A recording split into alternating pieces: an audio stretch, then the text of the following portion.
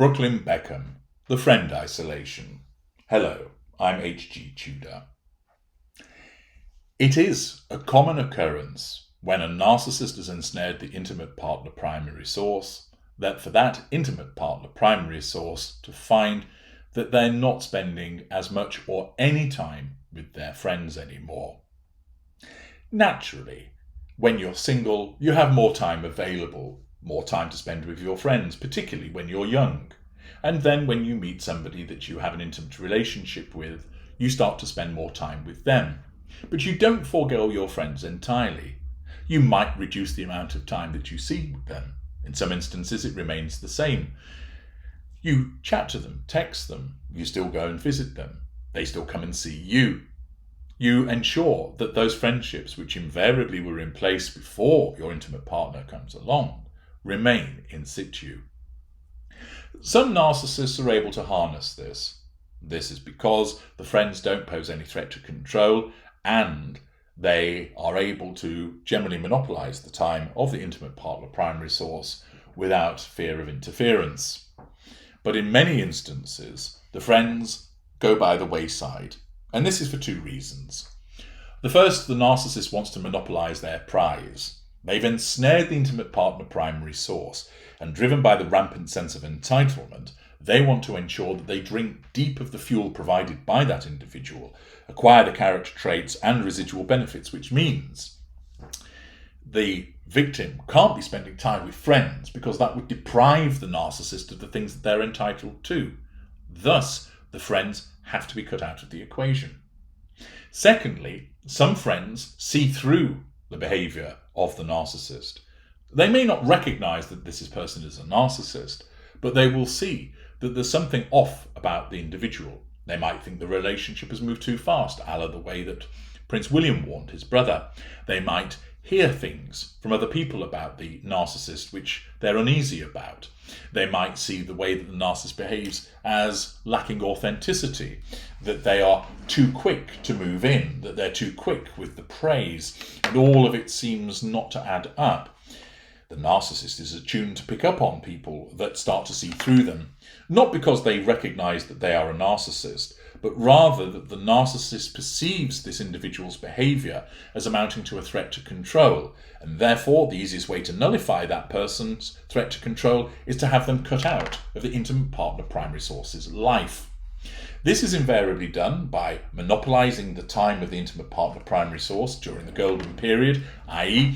giving them plenty of the good stuff, so they want to spend loads of time with the narcissist, and in some instances, cancelling arrangements with friends, and often smearing that friend to the intimate partner primary source. I don't really know how to tell you this, but when we were last out with Tom, he was coming on to me. What? Says the intimate partner primary source. Yeah, I don't want you to say anything because I don't want to spoil the friendship, but would you mind if we didn't go? Because he made me feel uncomfortable. Sure, no problem. I'll cancel and we'll stay in. Thanks. It's very simple, but that's how it's done. And the ensnared intimate partner primary source, who of course is affected by their emotional thinking, doesn't do this. Hang on a second. I've been pals with Conkerbollocks for years. He's a good egg. He wouldn't come on to you. He's just not like that. None of my previous girlfriends have ever complained. This sounds a bit strange. Are you sure that's what happened? Perhaps you misinterpreted his friendliness? No. Invariably, the intimate partner primary source believes what they're told, because they're in the golden period and they're in the grip of the narcissist. And when it's a choice between someone who is their soulmate, the love of their life, who's giving them lots of attention, praising them, fun to be around, is interesting, and having plenty of the old jiggery pokey hanky panky, if there's a choice between that and hanging out with old reliable Conkerbollocks for a couple of pints and the dog and duck, well, invariably it's the new shiny narcissist that wins out.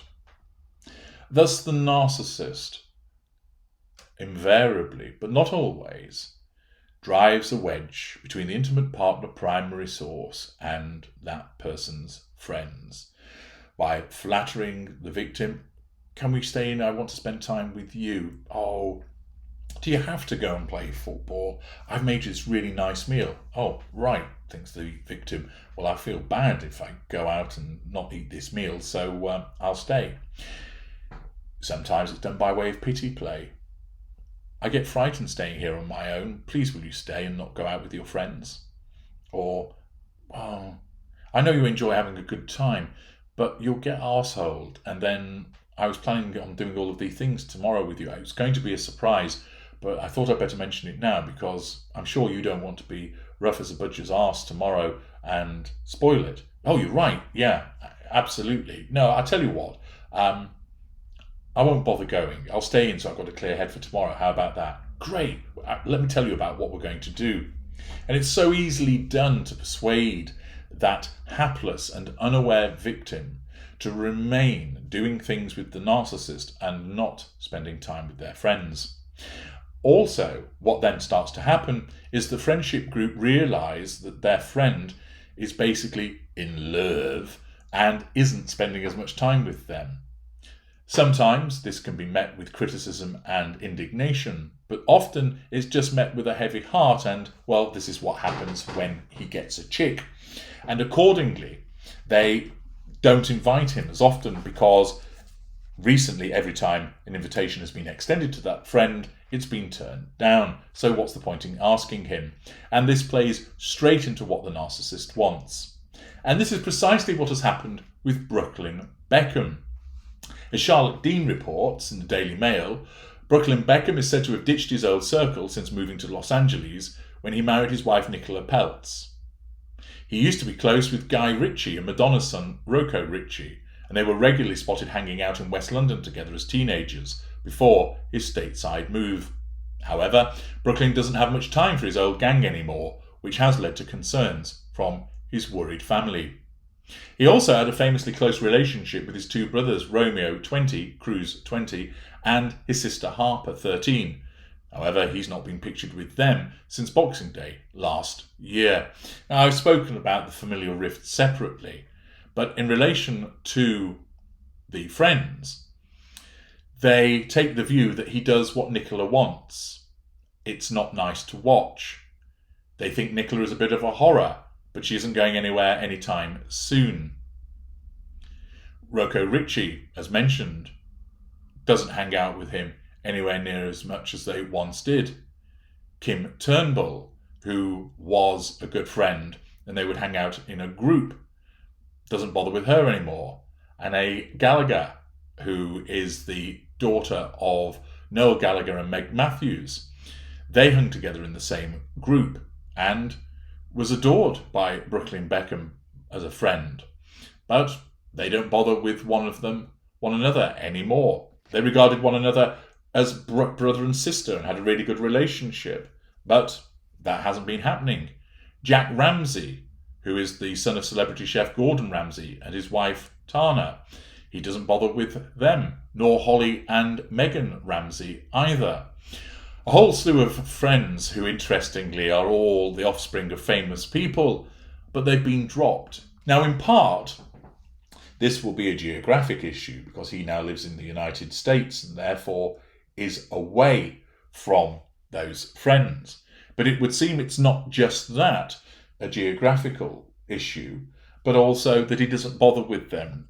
These days, of course, you can stay in touch with people through social media, through the telephone, through FaceTime, etc.